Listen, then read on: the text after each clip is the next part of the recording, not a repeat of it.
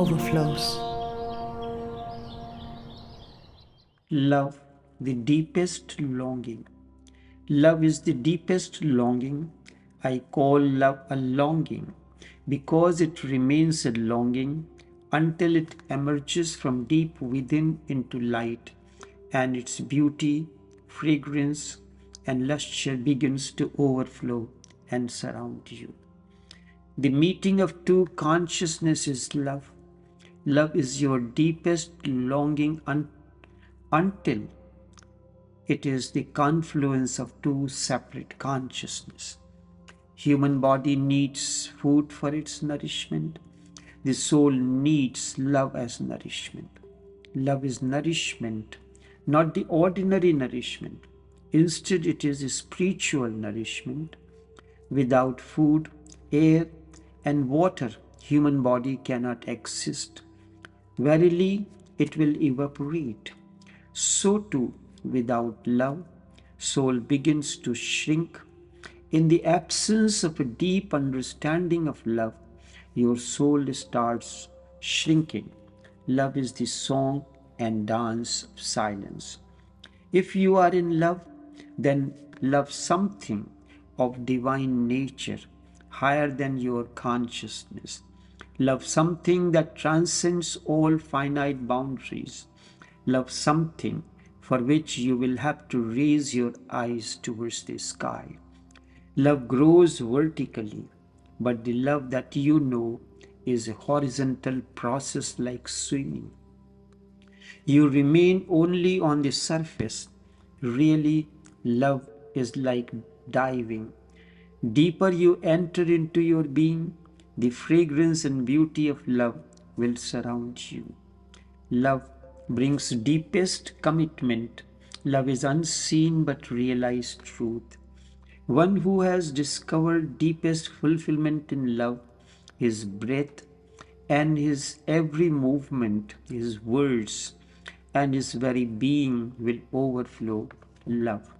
Love will become his presence or the energy field surrounding him. Love's journey begins with you. Love yourself first, and then one day you can love the entire creation. You have known love as a relationship alone, and when love is a relationship, it creates misery, chaos, and despair within. When love is a state of being, it creates bliss and fulfills you. I would like you to love yourself first. Unless you love yourself, you cannot love anybody else. You cannot know what love is if you have not loved yourself. But before you can love yourself, you have to know yourself. Hence, love is secondary, meditation is primary. And the miracle is if you meditate and slowly you get out of ego and out of your identities that mask you and realize your real self, love will blossom on its own. You do not have to do anything for it. Love is a spontaneous overflowing, but it blossoms only in a certain climate, and that climate is meditation.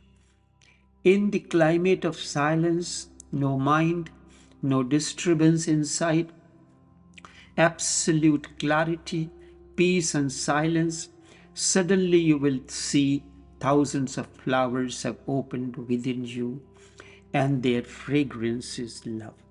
Love springs forth in you like the fragrance and beauty of a rose flower. If you really want to know love, forget about love. Remember meditation alone.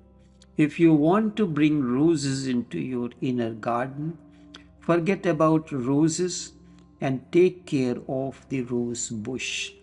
Give nourishment to it. Water it. Take care that it gets the right amount of sun and water. If everything is taken care of, the roses are destined to appear at the right time. You cannot force them to open up sooner, and you cannot ask a rose flower to be more perfect. Have you ever seen a rose flower that is not perfect? Every rose flower is perfect in its uniqueness, dancing in the wind and in the rain, in the sun. But you cannot see this alive and pulsating beauty. A small, ordinary rose flower radiates the hidden splendor of existence. Love is the rose flower in your being, but fertilize your being first. Dispel the darkness and the unconsciousness, become more and more alert and aware, and love will come on its own accord, in its own time.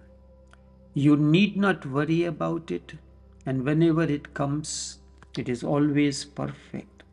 Love is a spiritual experience. Love has nothing to do with sexes and nothing to do with bodies, but something to do with the innermost being. But you have not even entered into your own temple. You do not know all that. You do not know at all who you are. And you are asking about love. First be thyself. First know thyself, and love will come as a reward. It is the reward from the beyond. First know thyself, and love will come as a reward. It is a reward from the beyond. It showers on you like myriad flowers, fills your being with its beauty and fragrance, and it goes on showering on you, and it brings with it tremendous longing to share. This longing is to share, and that sharing can only be indicated in human language as love. It goes on showering on you, and it brings with it a tremendous longing to share. That sharing can only be indicated in human language as love. It does not say much, but it indicates the right direction. Love is the shadow of alertness, of consciousness.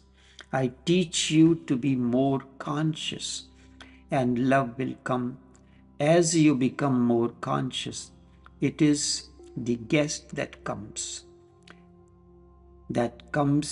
inevitably to those who are ready and prepared to receive it.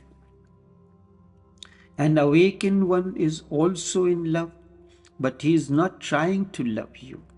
Simply because of the way he is, love overflows and fills you with its subtlety. Love becomes love becomes a perfume and goes to the farthest corners of the earth.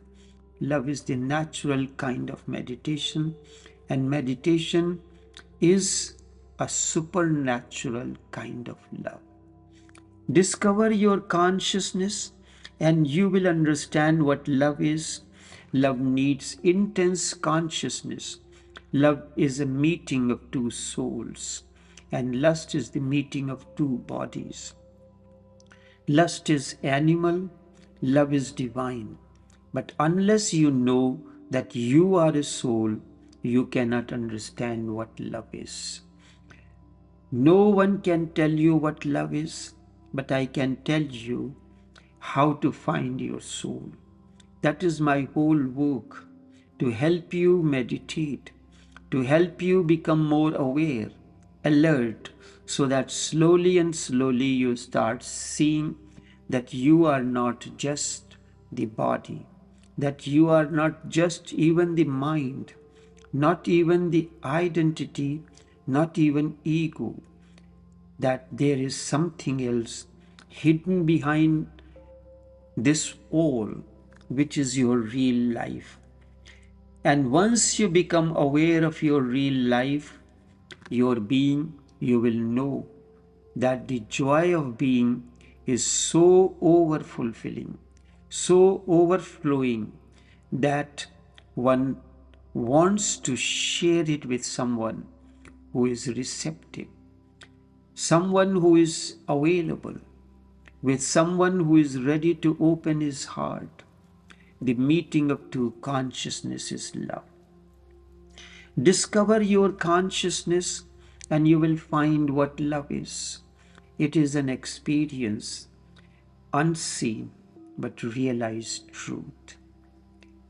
There is no way to say anything about it more than that which I have already said. The meeting of two consciousness merging into one another brings the greatest orgasm the universe allows.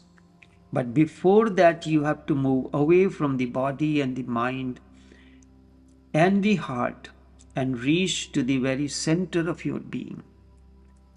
Once you have reached to the center of your being, you will find love radiating from you. It is not something to be done by you.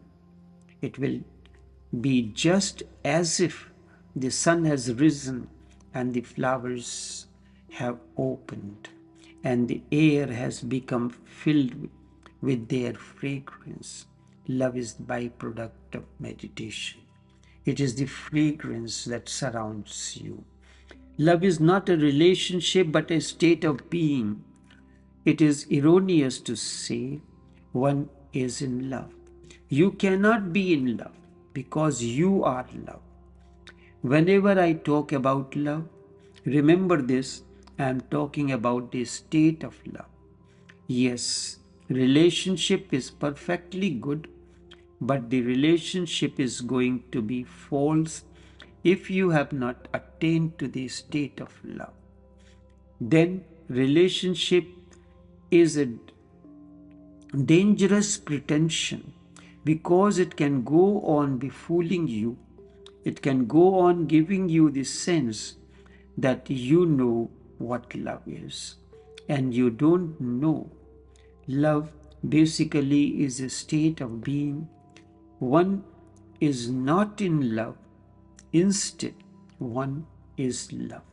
Remember, love does not arise by falling in love with somebody. Remember, love does not arise by falling in love with somebody. Love arises by going deep within, not by falling, but by rising, soaring upwards, higher than you. It is the kind of surpassing. A man is love when his being is silent. Love is the song and the dance of the silence. It is the kind of surpassing. A man is love when his being is silent. Love is the song and dance of silence. Enough for now.